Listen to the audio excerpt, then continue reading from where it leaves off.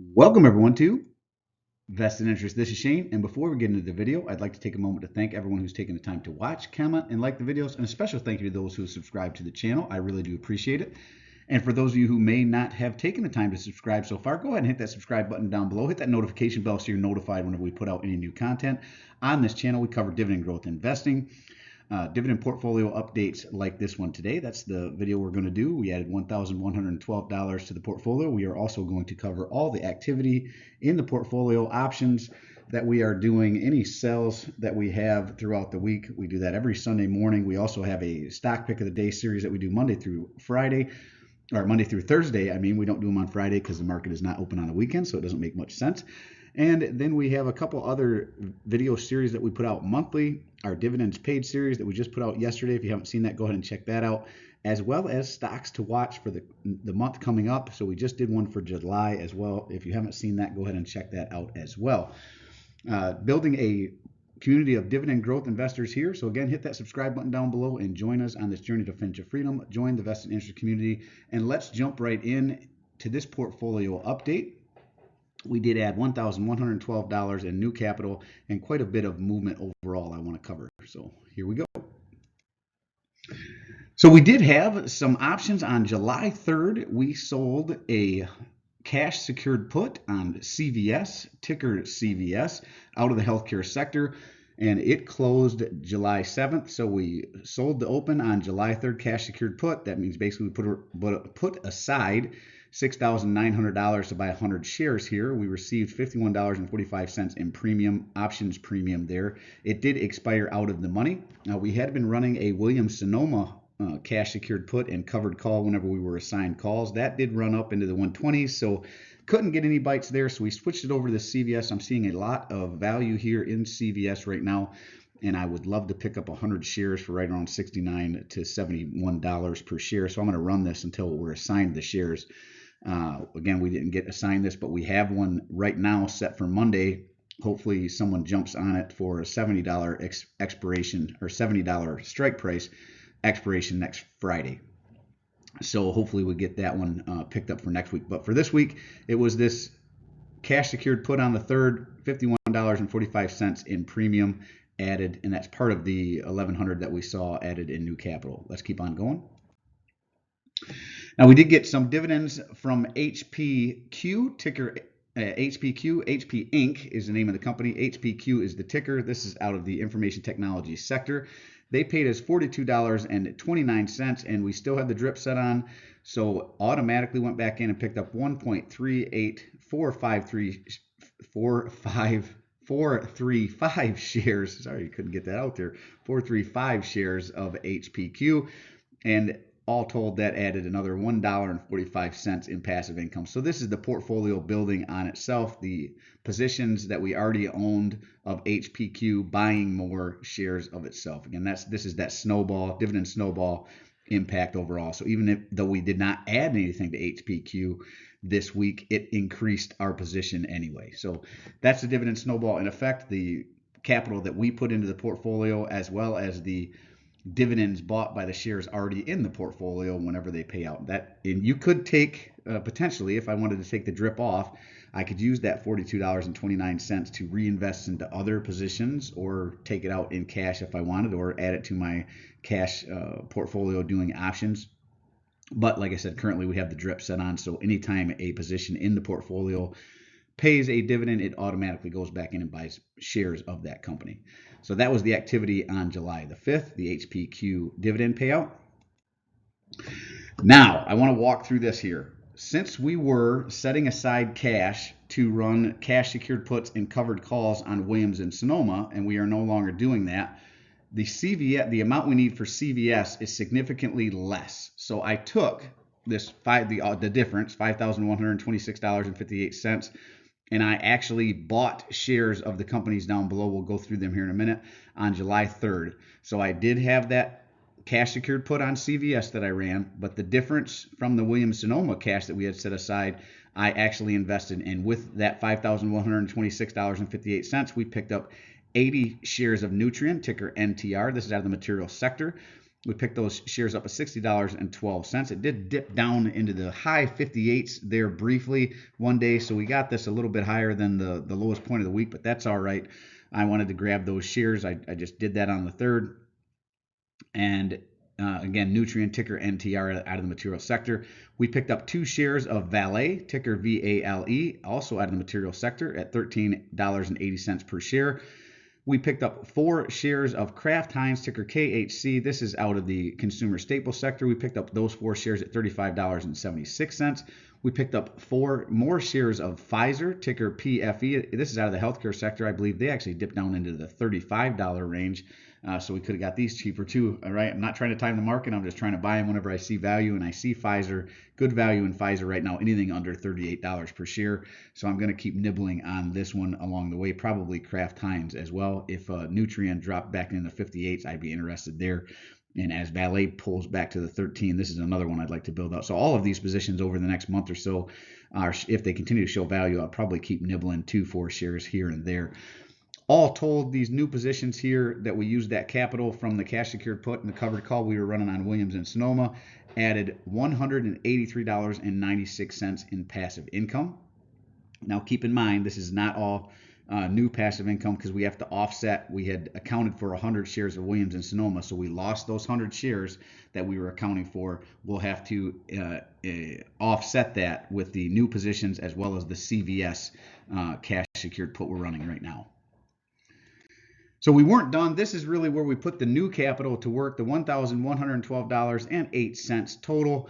And with those funds on July 6th, we picked up 10 shares of AT&T, ticker T, at $16 per share. I know there's probably going to be a lot of people going, why are you investing in AT&T? Hey, it is down below my cost basis significantly. I'm bringing down my cost basis over a 7% dividend yield on this one. And I also took advantage of their ex-dividend date, which was on Friday. So I threw in a few more shares. So as they pay out, I'll get these 10 shares plus what I had in my position previous as well. We continue to add to Spaney Stillwater. I know this one continues to pull back, but I'm going to continue to add, 10, 15, 20 shares a pop on this one. I see a lot of value in this company. So I'm going to continue. I'm down significantly, over 30% on this one, but I'm going to keep on, grabbing at that falling knife, so to speak. We added 16 shares of ticker SBSW at $6.13 per share. 2 more shares of Nutrien, ticker NTR. This is one we saw. We had a real big tranche in the $60. Like I said, it pulled back $59.20 here, right? I could have got it about 80, 90 cents cheaper if I'd have just waited till the end of the week. But it is what it is. I'm not trying to time the market. I'm just trying to buy whenever I see value. So 2 more shares of Nutrien out of the material sector at $59.20. Verizon, basically the same thought process here as AT&T. Very high dividend yield here. Their ex-dividend date is the same day for both of them, both out of the communications sector. We had 10 more shares of Verizon, ticker VZ, at $37.39 per share. And back to Pfizer again, really seeing value here in Pfizer, ticker PFE, out of the healthcare sector. We had 10 more shares there at $36.17. And the $1,112.08 added an additional $64.66 in passive income. I put total invested $1,112 because I'm only counting the new capital. Like I said, that funds that we had for the Williams and Sonoma put, I've been accounting for it for the last several weeks, so I'm not going to count it as new invested capital. It's just kind of reallocated out of that put into actual owning shares in different companies there that you saw. So total here, passive income added $250.07. This does not include the shares that we are accounting for CVS, but we will see that in the next slide. Let's jump over to the next one and I'll walk through that, and it should make sense, hopefully. Let me know down in the comment section if you have any questions and this doesn't make sense what I'm showing you here. Now, like I said, we had been running cash secured puts and covered calls, the wheel, on Williams and Sonoma for the last month and a half, and it's been going very well, really, until it ran back up into the 120s. And I'm just not comfortable, putting over 12,000 onto the side. I was running about 11,500 ish on the side for those cash secured puts and covered calls in Williams and Sonoma. Like I said, ran up into the 120s, 124, 125. I think it dropped maybe on Friday back into 120. So if it drops back down, maybe we would look at it in the future. But right now, in the 120s, it's just a little too rich for my blood, a little too much to have on the sideline with my portfolio. So we lost $360 in passive income whenever we said, okay, we're not going to account for those 100 shares anymore in the portfolio. Now, we added passive income with the shares that we bought from the 5,800 plus the $1,100 in new capital. It added $490.07 in new income, and this does include, we're going to account for 100 shares, even though we haven't been assigned those shares of CVS yet. We are going to account for the 100 shares of CVS, because once we are assigned, I'm going to leave them in the portfolio, and we're gonna run a wheel on something else. I'll put in more cash if I need to, but that is the idea here. So right now we are counting that CVS 100 shares as part of this passive income added. And all total, with the new capital added, the new shares we bought, with the portion of that Williams and Sonoma cash that we had set on the side, and the new income we added this week, as well as the HPQ dividend payout, it added total passive income on the positive $130.07. So all the moves we made this week basically increased our yearly annual income by $130.07. So I'm happy with the moves and adjustments we've made in the portfolio. It gets us closer to our ultimate goal, which is living off the portfolio and the cash provided by the positions within the portfolio. So very nice to see here. Overall positive movement in the right direction for the portfolio. So this is another big one you're going to see that really looks different from last week, because again, this consumer discretionary we were accounting for Williams and Sonoma, we've allocated elsewhere, primarily to healthcare sector. But let's run through the sector allocations. Communications sitting at 8.92% of the portfolio. Consumer discretionary, big drop off. We now only have the 2 shares of Williams and Sonoma, so it only counts for 0.17% of the portfolio for consumer discretionary. Consumer staples sitting at 5.97. Energy is 7.12% of the portfolio. Financials makes up 11.41. Healthcare, this one really jumped up. Not only did we get rid of some of the shares there for Williams and Sonoma, but we picked up a big tranche of the CVS. We're accounting for 100 more shares of CVS now, and we've been adding to Pfizer and CVS here over the last couple weeks as well. So really jumped up the healthcare sector here, 18.9% of the portfolio currently. Industrials makes up 8.61% of the portfolio. Technology 9.23. Materials, another one that really jumped up with the 80 plus shares of Nutrien that we added this week. Again, part of the funds from that Williams and Sonoma cash secured put and covered call wheel that we were running. We added a big chunk of Nutrien before it ran up. I wanted to get it under the 52-week low, 15% of the 52-week low there. So big addition here to the material sector, and we will probably continue to add here. If Vale and SBSW continue to pull back, we'll probably continue to add significant amounts here, as well as if Nutrien drops back below the $59 range, we'll add to that position as well. Now, utilities, this one's going to change here shortly. NextEra Energy is one that I'm looking at. If it stays down below the $74 range, I'm probably going to look to start adding to that position there. So look for this to start increasing over the next couple of weeks, but still currently no utilities, even though, like I said, NextEra Energy is on the add list for this month, so long as it stays pulled back the way it is. And REITs and real estates, 14.53%, no longer the biggest chunk of the pie, but it is still up there in third place now. Healthcare in first, materials in second, and REITs and real estate in third there. And still no ETFs. I consider this portfolio overall my personal ETF. I don't pay anyone but myself to manage it. Not that I'm against ETFs. There are ETFs in my daughter's custodial accounts.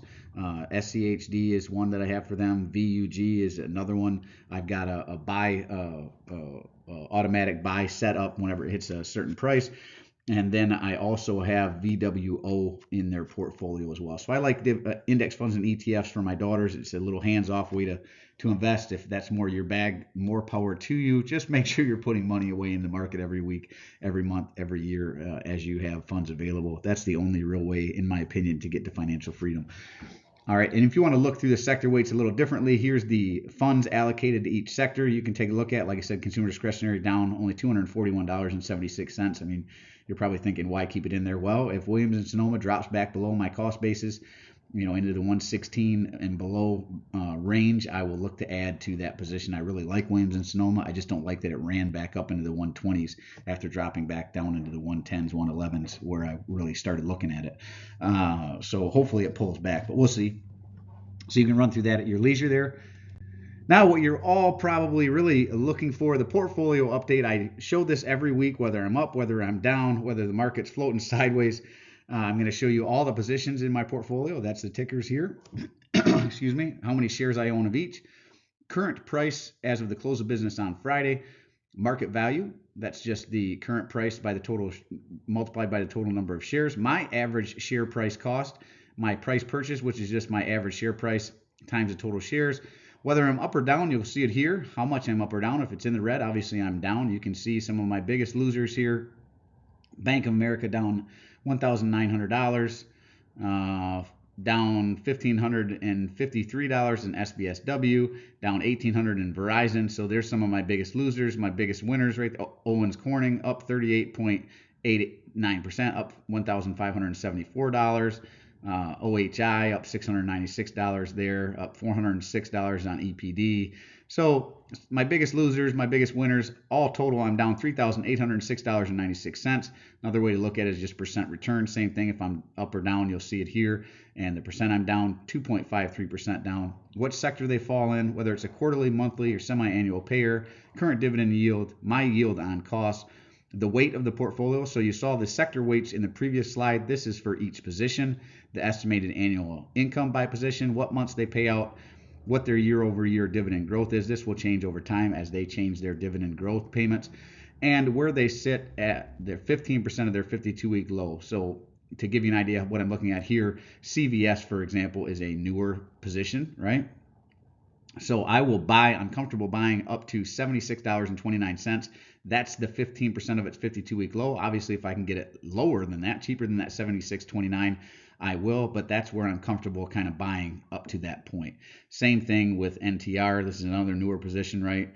$60.06, so I'm in it at $59.09. So I'm just under the 15% of the 52-week low here for NTR. That's part of the reason I wanted to pull the trigger on that one this week before it ran up, which it did. Looks like it closed out the week just above that 52-week, and I hope that it continues to go up. We'll see.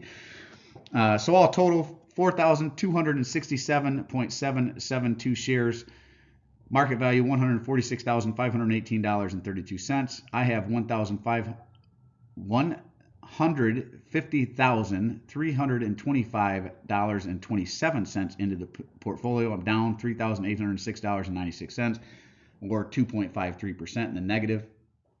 Current yield of the portfolio overall 5.007. My yield on cost 4.880.